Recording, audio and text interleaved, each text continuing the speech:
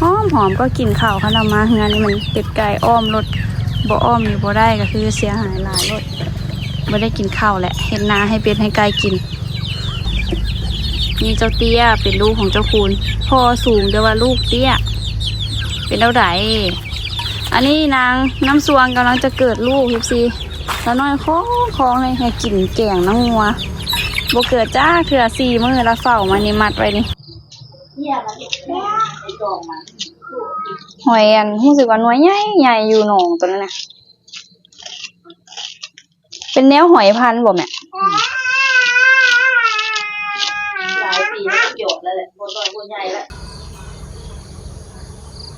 สวัสดีทุกคนสวัสดีพี่ทุกคนเด้อยินดีต้อนรับเข้าต้องเองละน้อยสาวลาวสวัสดีตอนแรงเด้อเฮ็ดซีแรงมื้อนี้ละน้อยจะเฮ็ดเมนูออมหอยกินเฮ็ดซีมาเก็บผักคาดไปใส่ตั้งแต่มื้อวันอาทิตย์เนาะที่เฮางมหอยอยู่อันนาก็บ่ทันได้เฮ็ดกินเทื่อเฮ็ดซีเอาเข้าตู้เย็นไว้ตั้งแต่มื้อวันคานบ่จื้อวันจันทร์หรือวันคานแล้วขังไว้แล้วก็เข้าลืมว่ามีหอยที่งมมานะเฮ็ดซีพอดีหาก็คิดพ่อมื้อนี้อ้าวหอยงมมาตั้งแต่มื้อวันอาทิตย์บ่ทันได้เฮ็ดกินเฮ็ดซีก็เลยว่าสิมาเฮ็ดกินนี่ออมหอยใส่ผักคาดให้กินแล้วนอนมาเลาะเก็บผักคาดที่สวนหายากเพราะว่าก่อนที่เขาจะถางเฮ็ดสวนนี่นะเอาตัวงัวเข้ามาก่อนที่พากันจะมาเสียหญ้านี่วันนี้พอมันเสียหญ้าสิเฮ็ดอันปลูกมักทั่วก่อนที่เขาจะเอาก่อนที่จะมาเสียหญ้าก็คือเอาตัวงัวเข้ามาบุกให้มันแป้นนะแล้วงัวเพิ่นมาเหยียบผักคาดเพิ่นอย่างหายไปเลยรอเก็บได้น้อยนึงคิดสิหายเลยว้าวผักก็เริ่มขึ้นละอันนี้เอื้อยไผ่เพิ่นหวานผักบุ้งละน้อยหวานอันในมักเลนเริ่มขึ้นแล้วพี่ซีเจ้าไหนละน้อยสิปลูกบักเลน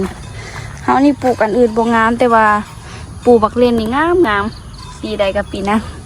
เป็นน้ำเพิ่นปลูกง่ายนะที่บอกนี่พี่ซีกำลังหวานกำลังเริ่มขึ้น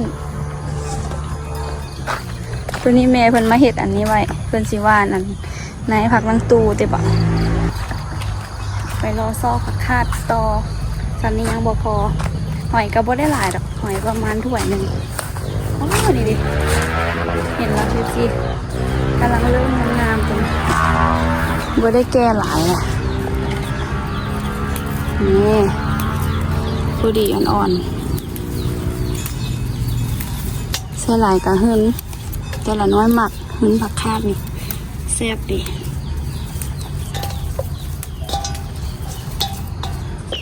ขนาดเข้าถือปกอยู่กินก็คือออกมาหอมเป็ดไก่ก็คือมาอยู่ใกล้เลยมันหอมกินข้าวธรรมดาจักงัวกระหอมพากันสิอันไปกินข้าวเด้หอมก็กินข้าวขนมมาเฮือนนี่มันเป็ดไก่อ้อมรถบ่อ้อมอยู่บ่ได้ก็คือเสียหายหลายรถบ่ได้กินข้าวแหละเห็นนาให้เป็ดให้ไก่กินคันบ่อ้อม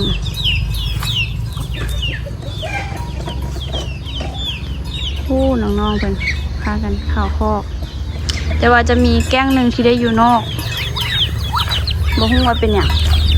หัวพิเศษบ่หรือแนวใดเจ้าคูณนี่พ่อบ่เคยเอาเข้าในคอกดอกให้เพิ่นนอนนอกอันนี้เจ้าคูณเป็นพ่อของอันเด็กๆในคอกแหละ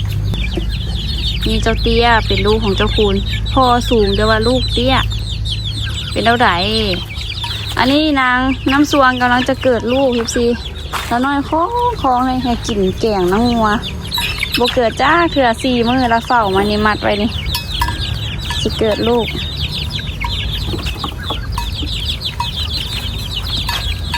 ด่างไฟให้เพิ่นงัวตัวอยู่ในข้อหันมีดอกไฟลายยุงละบ่ได้อันด่างไฟอยู่นอกได้ด่างไฟให้เพิ่นเป็นไรกินบ่ได้ผักคาดเขาอันนี้โอ้มาPFC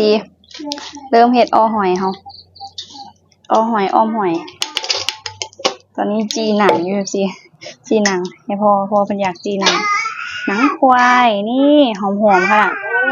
จีหนังนี่เข้ากับบรรยากาศขนาดนี้นี่อากาศเย็นๆหอยอันรู้สึกว่าหน่วยใหญ่อยู่หนองตัวนั้นนะเป็นแนวหอยพันธุ์บ่แม่หลายปีไม่หยดแล้วแหละบนลอยบนใหญ่แล้ว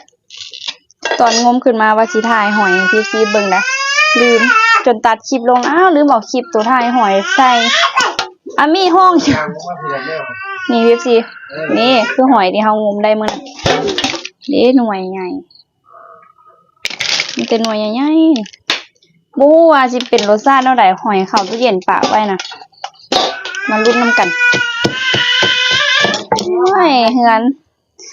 นี่มีเด็กน้อยนี่บ่ธรรมดาเลยผ่านให้ทิพย์เอาเวลาแม่จ๋าแม่จีใหม่ก็นี่หว่าหรือแนวใดให้แม่เพิ่นเอาไปทุบ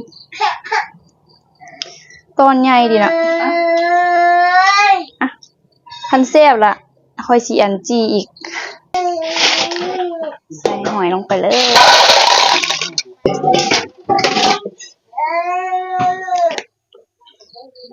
เอาชมเลยจำชมนะมูสเตย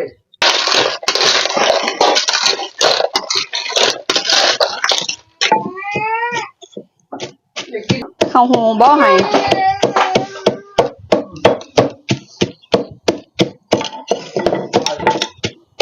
ใส่ข้าวเบื่อหลายๆไว้แซ่บอมหอยเฮาครับคักวะคันแซ่บสิจีกตอนหนึ่งแม่ขอซีมแน่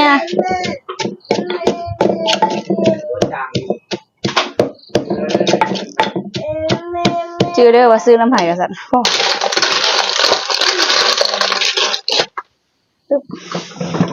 ป้ามีแต่แนว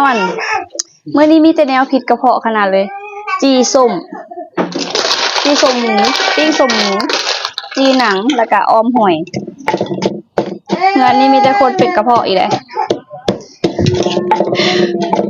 มีเอ้ยเสียงหายเจ้านะใส่ไม้ก็ยังบ่มุมให้ว่าเป็นจังไดใส่ไม้ก็ยังแบบน่าจะบ่อันนั้นหรอกโกกเกลือนเลย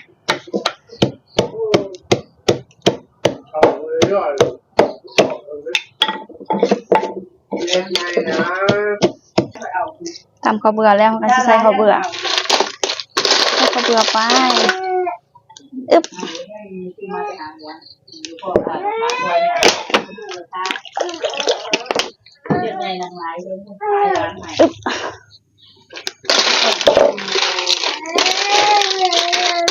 ใส่มะขามลงไปเลยสุกแล้ว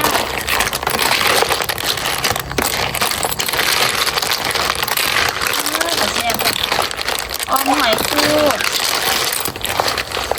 นี่ว่านขวงเขามาตอนนี้อ้อมหอยเขากระสุกละออกเลย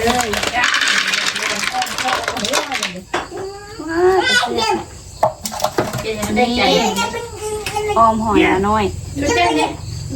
อ้อมหอยซีมือละน้อยนี่หน่วยใหญ่แห้งดีมาละคนสิมาหาไฟนะมาเด้อคุณเจ้เนี่ยต้องใกล้อย่างมากเลยเจ้าเรื่องมันจะมีพุ่มพองว้าวออมหอยมาเด้อกินข้าวแล้วน้ำกันเฮ็ดซีแล้วน้อยสิมาซีมันสมหมูมื้อนี้พากันเฮ็ดสมหมูกับแม่เฮ็ดสุดใหม่แล้วได้เฮ็ดซีนโลนึงซีนโลนึงแต่ว่าหนังหันโลครึ่งใส่หนังหลายๆนี่หากระเฮ็ดมื้อเช้านี่แล้วก็สิเอามาปิ้งซีนขอชิมนี่คือสมหมูฝีมือละน้อย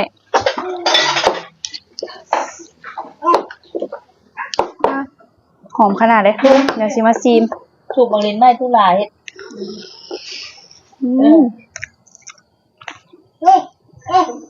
แม่ชิมตัวนี้ไหมแต่ไม่กินแถวใช้กับออลาม กินรสที่ข่อยกินมื้ออื่นเราเอามาให้แล้วเราก็มื้อมาส่ง แล้วน้อยสิมาดูดหอย จูบหน่วยใหญ่แฮงอีหลีแหละ เปื่อยเนาะ ตู้เย็นบ่เพราะว่าเอาเข้าตู้เย็นไว้ข้างๆไว้จนมาฮอดมื้อนี้ก็เกือบทิศหนึงคือสิจอย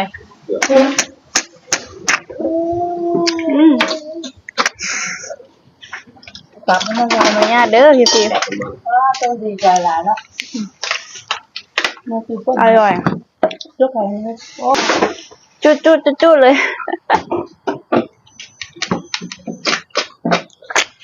พี่พอดิ เรากินแล้วสมหากระเทียมเจ้าซีนตัวนี้เบิ่งตัวนี้หั่นมันจะรสชาติจะจางกว่าตัวนั้นเดี๋ยวว่าตัวเค็มพอดีตัวนี้สิเป็นจังได๋ ก็ยังหอหลามแล้วเอามาทั้งโคทั้ง บ่ได้ลื่นกันหลายดอก เบนคืนนี่แหละคนดีใจคนเลยนุ่ม แซ่บบ่บ่ได้เป็นหากะคั่นแล้วก็มาปิ้งซิม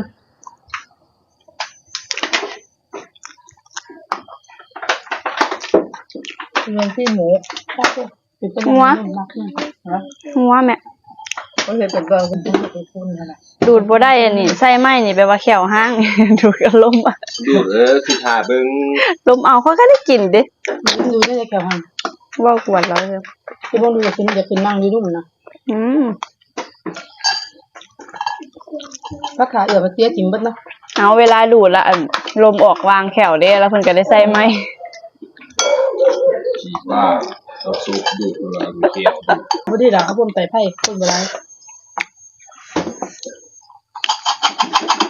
หากระดันไม่ค่อยได้เป็นมือแท้มัน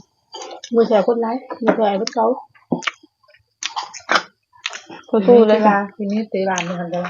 โอ้มาเตะกันจิบเบิดละ อยากไป แต่ในเขาก็ปิดเขา อยาก เปิ ไป ด มือพร้อมอีพอ 10 มื้อนึง อีพอเราสิอันนั้นเลยได้ไปอันร่วมงาน ชั่วมื้อนี้เขาก็เตะอยู่หั่นนะ เดี๋ยวเป็นคนร้ายบ่ได้ มีแต่ว่ามื้อใดซิงเขาจังสิมาเตะอยู่ในเดินใหญ่ครับ36คนเท่านั้นชั่วมื้อนี้เขาก็แข่งอยู่เดินนอกเดินน้อยคนไปเชียร์มื้อนี้ก็ ถ้ามีจะไปสาดเต่าให้ประตูนั่นแหละเนาะ ป้าหน่วยใหญ่อีหลีเด้ มื้อนี้เขาก็แข่งกันเลยได้ได้กัน คนเต็มเลยยุ่นน่ะบินผ่านของกาเอือก็มือคุณเขาสอบในบุกไอ้บอกหนึ่งวันนี้แม่ไปหามันลงไปงานนี้ นี่ ก้อนชาวนมเดินท่าตัวคนเดียวบอกบอกนี่เขาสอบเข้าใจแค่สอบกีฬาเนี่ยงานประมาณกีฬาเนี่ย อันเฮ็ดจังได๋เขาสิได้กินอีก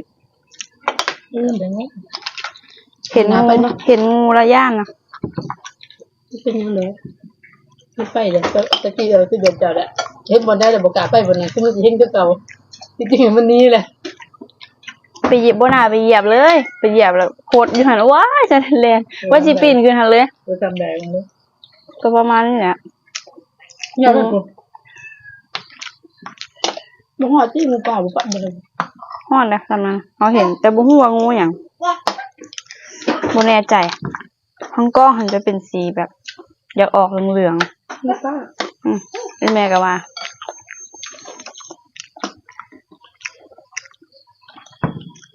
มันอยู่ในสีส้ม หันใจในน้ำค่ะงูหันใจในน้ำ ปกติ